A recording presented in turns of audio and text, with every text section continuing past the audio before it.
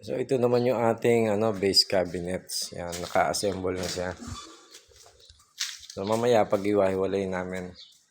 Bali composed to ng tatlong cabinets So ito yung cabinet A, cabinet B, and cabinet C. Tapos ito yung dalawang granite, yung malaki at saka itong maliit. Ito naman yung lababo. Yung stainless na lababo plus ito yung accessories. So yung mga drawer niya, yan, soft close. Yan, pag tinulak mo, mag-automatic na siyang sumara pagdating sa certain point. Ganon din yung mga doors niyan. Mga soft close yan.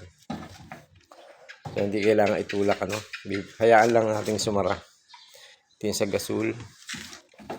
Ito yung yan, isang base cabinet.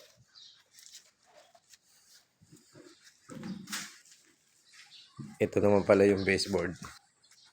Kasi sa ngayon, naka-open yung ilalim. So, pagka okay na, pwede na ikabit itong baseboard. Yan.